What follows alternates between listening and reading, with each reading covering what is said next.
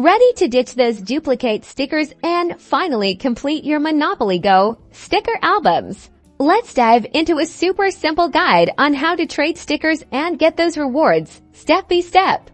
First things first, make sure you're on the main game screen. See that little icon at the bottom that says album. Give that a tap.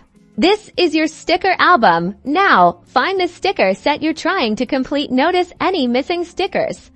Those are the ones we're going after. Now, how do we find people to trade with? Head back to the main game screen and click on the friends icon on the bottom right. This opens your in-game friends list. You can trade with the friends that you have already. To initiate a trade, tap on the friend's name and then select Send Sticker. This will open your sticker album and let you pick a sticker to send. Choose a sticker you have extras of, and remember, be fair with your trades. Players will be more willing to trade with you if you offer something valuable. Once you've selected the sticker, hit send. Your friend will receive the sticker, and hopefully, they'll send you one you need in return.